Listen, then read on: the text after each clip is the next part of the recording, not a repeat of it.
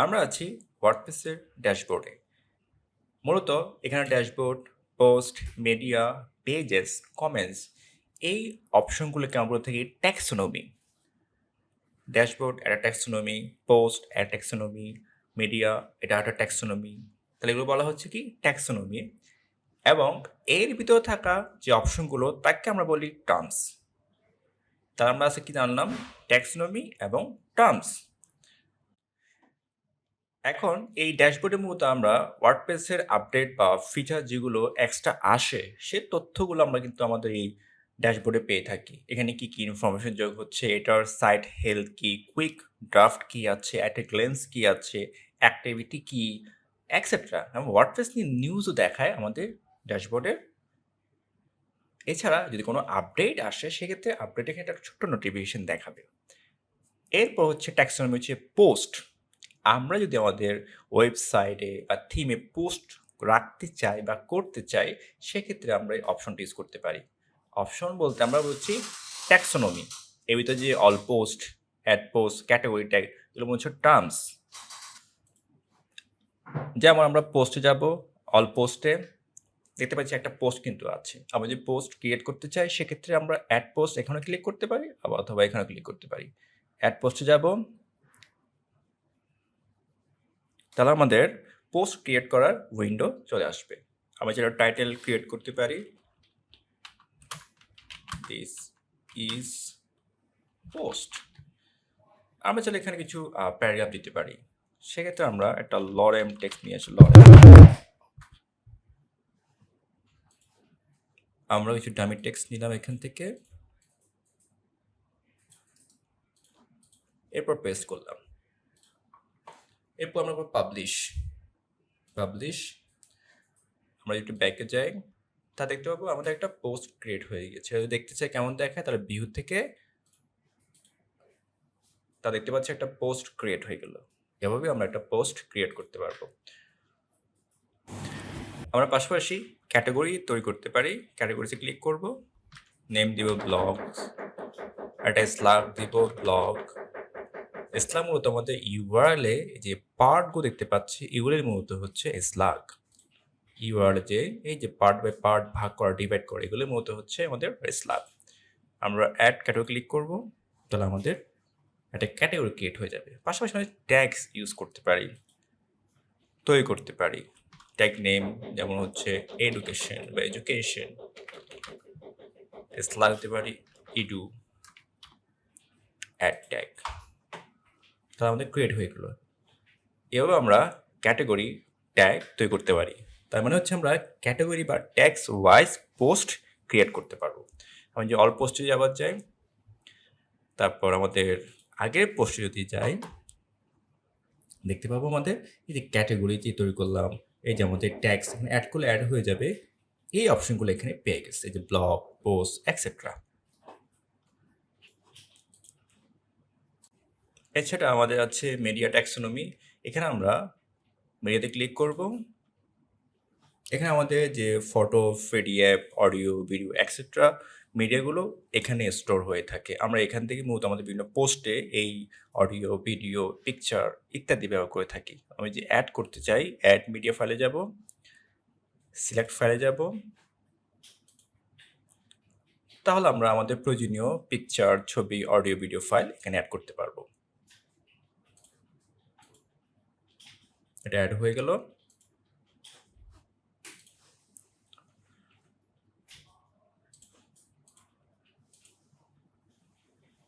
Select file, আমরা যদি কোনো পিডিএফ চাই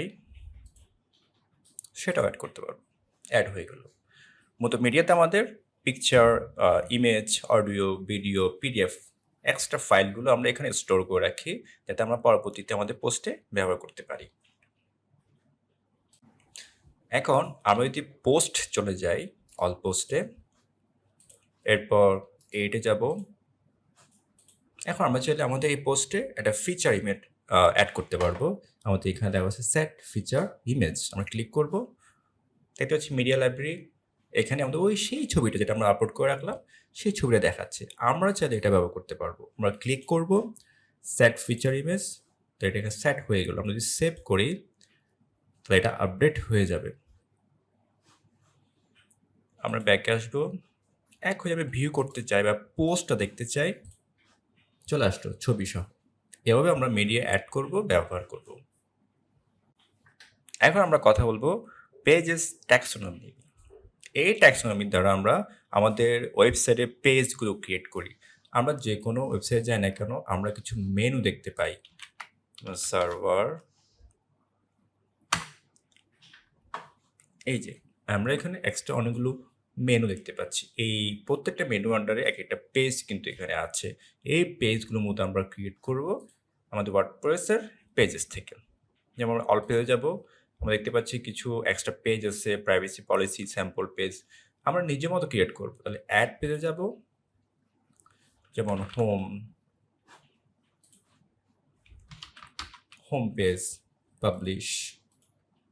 আমরা আরও অ্যাড করব প্রোফাইল,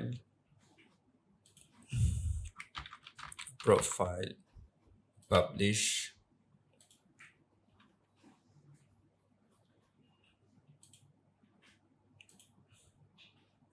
আরও কিছু অ্যাবাউট ইউজ করি, তৈরি করি। অ্যাবাউট, পাবলিশ,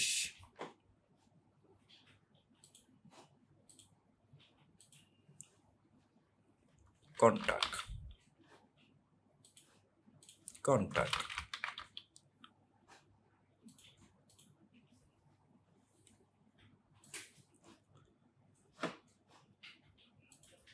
আমরা দেখতে পাচ্ছি আমাদের পেজগুলো ক্রিয়েট হয়ে গেল, অ্যাবাউট, কন্ট্যাক্ট, হোম, প্রোফাইল। মূলত আমরা এভাবে আমাদের ওয়েবসাইটের জন্য পেজ ক্রিয়েট করব। এছাড়া আমাদের কমেন্টস, আমাদের ওয়েবসাইটে কেউ যদি কমেন্ট করে থাকে, কমেন্টগুলো আমাদের এই কমেন্ট ট্যাক্সোনমিতে স্টোর হয়ে থাকবে, জমা হয়ে থাকবে। আমরা চাইলে এটাকে এখান থেকে কন্ট্রোল করতে পারবো। অ্যাপিয়ান্সে আমাদের আরও কিছু অপশন থাকে থিম সম্পর্কিত, থিমস, এডিটর, কাস্টমাইজার, উইজেট, মেনুস। ওকে, যেহেতু আমাদের এই যে থিমটা আছে, এটা ডিফল্ট দেওয়া আছে, দেখতে পাচ্ছি আমরা এখানে আসলে অটোমেটিক সে আমাদের মেনুগুলো এখানে দেখাচ্ছে। ওকে, আমরা যদি থিম চেঞ্জ করতে চাই, এটা কিন্তু একটা থিম। ওয়ার্ডপ্রেসে এই আমাদের টেমপ্লেটকে বলা হচ্ছে এটা থিম। আমি যদি অ্যাপিয়ারেন্সে যাই, থিমসে যাই, আরও কিছু থিম দেখতে পারবো। মোট 3টা আছে এখানে। আমরা যাকে অ্যাক্টিভ করবো সেই এখানে দেখাবে। আমরা 2024-কে অ্যাক্টিভ করলাম, আমরা রিফ্রেশ করি, এটার যে গেট আপ সেটা চেঞ্জ হয়ে যাবে। আমরা যদি এখন 2023-কে অ্যাক্টিভ করি, তাহলে এটা স্টাইলটাও চেঞ্জ হয়ে যাবে। আমি যদি আরও অ্যাড করতে চাই, সেক্ষেত্রে অ্যাড থিম।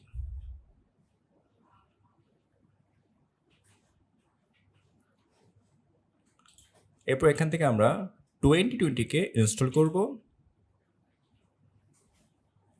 কিন্তু এখন আমরা এই থিমটা ইউজ করতে যাচ্ছি, ফ্রি থিম কিন্তু এর আসলে।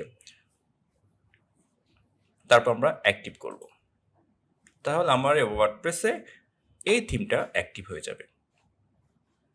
আমরা এখন যদি এখানে আসি, রিফ্রেশ করি, দেখতে পাচ্ছি ওই থিমের স্টাইলটা কিন্তু পেয়ে গেছে। ওকে, মেনু দেখাচ্ছে, সার্চ আইকন দেখাচ্ছে। তাহলে এই যে আমার এই থিম লুকআপটা চেঞ্জ হচ্ছে মূলত এই থিমগুলোর কারণে। এখন এই থিমটা ইউজ করার কারণে আমরা এক্সট্রা কিছু অপশন দেখতে পাচ্ছি, design, customise, widgets, menu, background, theme file, editor. অন্য থিমগুলোতে অবশ্যই এগুলো নেই, বাট 2020 আছে। ওকে, আমরা যদি এখন মেনুকে আমার মতো স্টাইল করতে চাই, সেক্ষেত্রে আমরা এই মেনুস অপশন থেকে এটাকে আমরা চেঞ্জ করবো। আমরা মেনু নেম দিব এটা মেইন মেনু। তারপর দিতে পারি এটা ডেস্কটপ, মোবাইল, ফুটার, এই যেটা দিব আমরা অটো ক্রিয়েট করব। এখন আমরা এই মেনু যেহেতু আমার ক্রিয়েট হয়ে গেল, এই মেনু আন্ডারে আমরা এখন এই পেজগুলো অ্যাড করব। Contact, about, profile, home, sample, add, এগুলো কিন্তু এখানে অ্যাড হয়ে যাবে। এখন আমরা এটা ড্রাগ অ্যান্ড ড্রপ করে মেনুগুলোকে সাজাতে পারবো।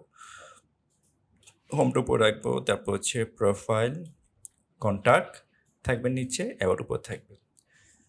এর পাশাপাশি আমরা ড্রপ ডাউন বানাতে পারবো।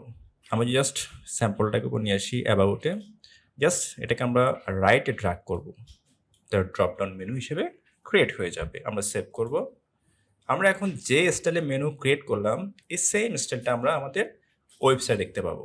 এখন কিন্তু অ্যাবাউট কন্ট্যাক্টটা এলোমেলো হয়ে আছে। আমরা যদি রিফ্রেশ দিই, আমরা এখানে এসে ডেস্কটপ হরাইজন্টাল মেনু ক্লিক করি, সেভ। একটু লোকেশন আমি বলে দিইনি, লোকেশন বলে দিতে হবে। রিফ্রেশ, দেখতে পাচ্ছি আমার সেম পেয়ে গেছে, হোম, প্রোফাইল, অ্যাবাউট, তারপর তো ড্রপ ডাউনটা কন্ট্যাক্ট।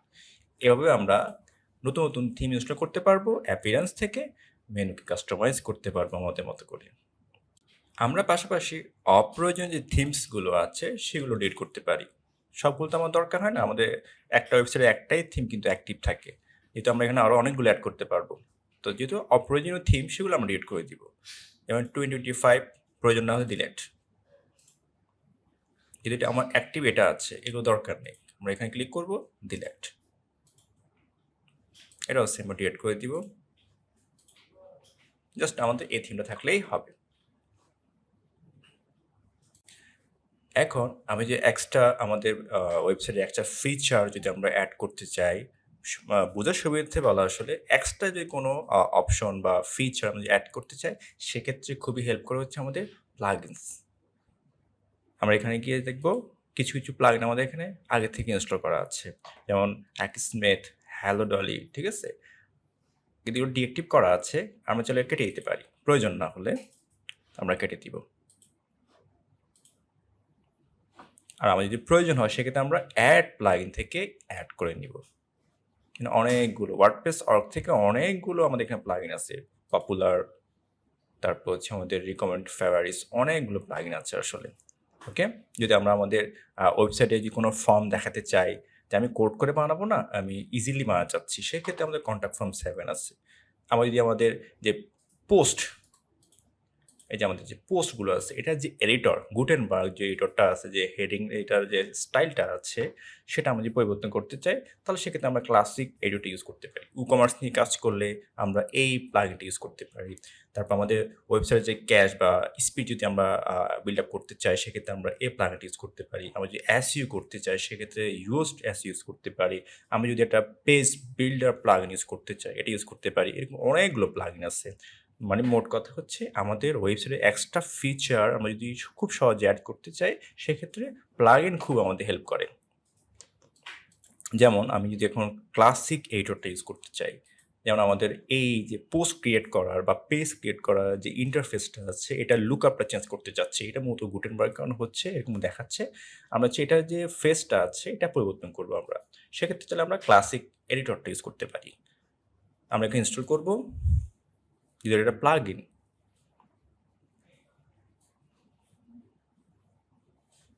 এরপর আমরা এটা অ্যাক্টিভ করব, তাহলে আমাদের একটা প্লাগইন অ্যাক্টিভ হয়ে গেল। এখন আমি যদি কোনো পোস্টে আসি, আমি যদি রিফ্রেশ করি, দেখতে পাবো এটা লুকআপটা চেঞ্জ হয়ে গেছে, সবই ঠিক আছে, লুকআপ চেঞ্জ হয়ে গেছে। ওকে, কি কারণে? আমরা গুটেনবার্গ যে এডিটর ছিল ডিফল্টভাবে, সেটা চেঞ্জ হয়ে ক্লাসিক এডিটর চলে আসছে। আমরা যে কোনো একটা ইউজ করতে পারবো, যার যেটা ভালো লাগে। এরপর আমাদের আরও আছে, যেমন হচ্ছে ইউজার্স। আমরা চাইলে যে ওনার, সে ছাড়া আরও ইউজার অ্যাড করতে চায়, সেক্ষেত্রে ইউজার থেকে আমরা অ্যাড করতে পারবো। বিভিন্ন রকম টুলস আরও আছে, import, export, site health etcetera, আমরা এটা ম্যানেজ করতে পারবো টুলস ট্যাক্সোনমি থেকে। আর সেটিংসের ব্যাপার আমরা জানি, সেটিংসে অনেকগুলো কাজ আছে, general, writing, reading, discussion, media, permalinks, price extra, আমরা ম্যানেজ করতে পারবো সেটিংস থেকে, যেটা আমরা ধাপে ধাপে শিখবো। আর কলাপস, আমরা যদি এই মেনুটাকে কলাপস করে বা এক পাশে নিয়ে যেতে চাই, সেক্ষেত্রে আমরা কলাপস করে এটা এক পাশে চলে যাবে, আবার প্রয়োজন হলে আমরা ক্লিক করলে চলে আসবে। এই হলো আমার ওয়ার্ডপ্রেস ড্যাশবোর্ডের বিস্তারিত।